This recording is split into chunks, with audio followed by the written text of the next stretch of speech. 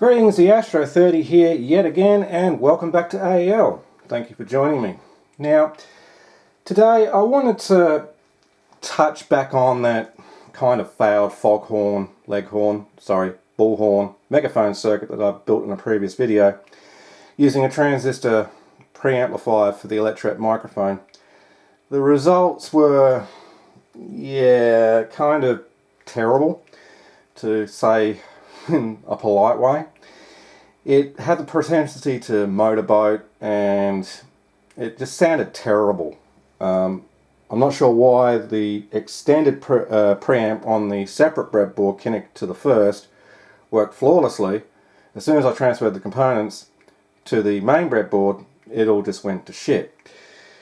So I've totally revamped the design. For one thing, I'm going to go back to using the good old LM386, our friend, as the output amplifier, currently configured as a gain of 20, which for testing purposes should be fine.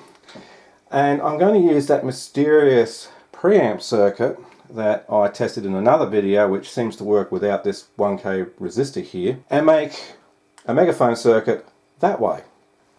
So, as we can see, here's the original schematic I found online. I will link in the description the original circuit to this with the missing 1K resistor. But basically, it works the same as the preamp does in that video, going into a volume pot here of 10K, straight into the input of the LM386. Now, stability, I don't know. If we need to have like a decoupling resistor and capacitor here from the high gain input stage and the LM386, will it motorboat with the volume at full? We'll find out. The way I'll find that out is I'll just disconnect the positive end of the electret microphone and just wind the control up full. Two, is there going to be enough gain? Do we need to increase the value of this resistor to give it more forward gain at the expense of distorting the input of this? Or can we increase the gain of this from 20 to say 100 or even 200 by putting a capacitor and resistor in series with each other across pins 1 and 8 of the IC, or is that going to cause it to oscillate? So these are the things I need to find out. So I'm going to build this up on breadboard and just test it out in its initial configuration and see what we get. So there's the circuit built there, and it's currently turned on. We are getting an output. Testing 1, 2, but that's with the volume control at half. Testing 1, 2, 1, 2. Volume control at full. Testing. Yeah, okay.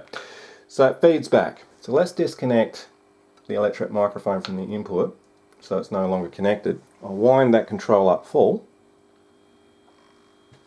And no, it doesn't motorboat or oscillate in any way. It's functioning fine. So I'll reconnect that back to the input.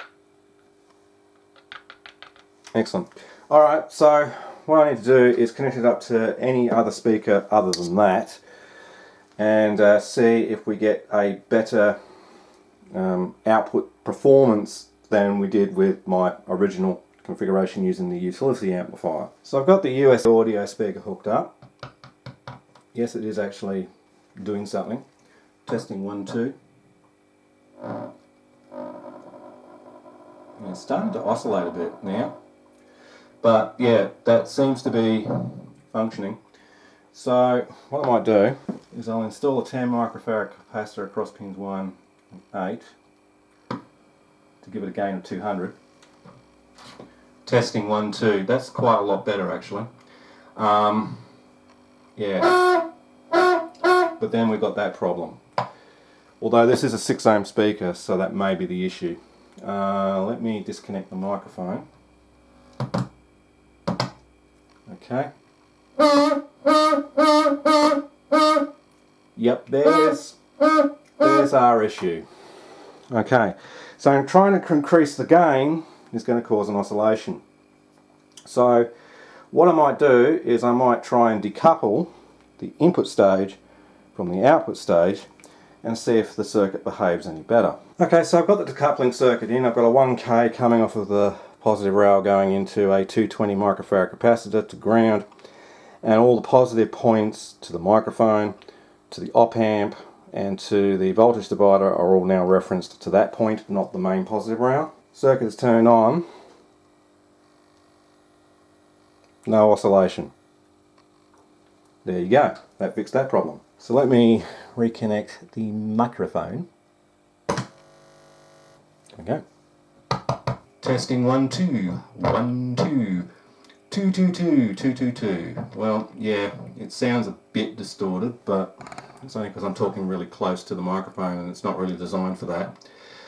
Hello. Hello. Okay.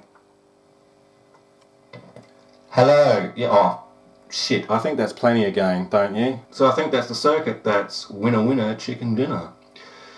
Yeehaw. So that's good. I'll just turn that down now because I don't need it amplifying that much noise into the speaker. So what can we do with it now? Well, we could set it on fire. No. I think with an 8 ohm horn speaker connected to the LM386's output, it'll talk loud enough without modifying the input gain. I think the input preamp has the right amount of gain so it's not distorting the LM386 too early. And I think having the LM386 set up as a gain of 200 is more than fine. So I really guess, in the interest of completeness and science here, we should try to see if it behaves correctly powering it from a 9-volt battery, as it would be in the real world. So I'll turn the power supply off, I'll disconnect the power supply input leads, and I'll find out what I've done with my other connection leads. Here we go. So I'll connect that to the positive stake, to the positive terminal of the battery. I'll connect that to the ground point or negative of the circuit,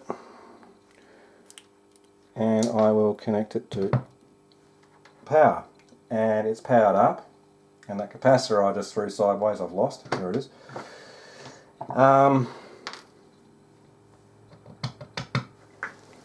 Testing 1 2. Testing 1 2 2 2 2 2. Yes, it does. Excellent. So here's a look at the changed schematic and final schematic, which I'm quite happy with. I've left the gain alone on the input stage. Seems to work fine at that particular gain. The only things that have changed is I've added in this 1K and 220 microfarad decoupling supply line capacitor and resistor to prevent this from motorboating and oscillating and carrying on when the volume control is at max, because of the high gain nature of this particular stage.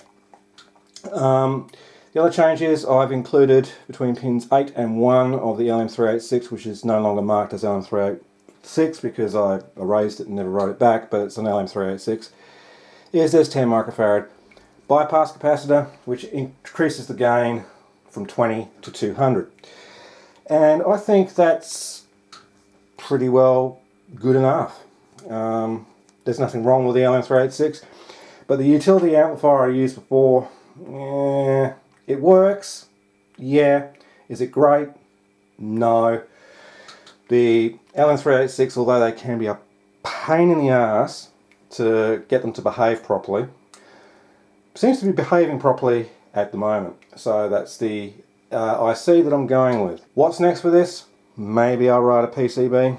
PCBWay have still got an issue with their payment arrangements. I'm not going to use Payoneer because it does not work in Australia. You cannot register an Australian address on Payoneer.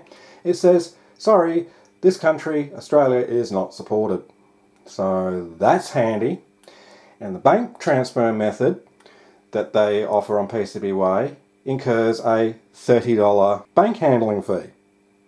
Isn't that ridiculous? So say you've got a PCB order of $5 plus the shipping of say $7 or $8, right? That's $13 for all intents and purposes.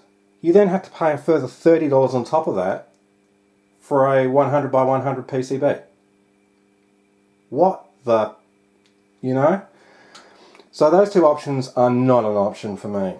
So I'm thinking about either moving over to JLC PCB, even though the shipping costs are a little bit higher than PCBWay, but the board costs, they vary depending on the size. I think the minimum you pay for 100 by 100 is in total about $6 US, so it's slightly more expensive than PCBWay, but they still offer PayPal as a payment method.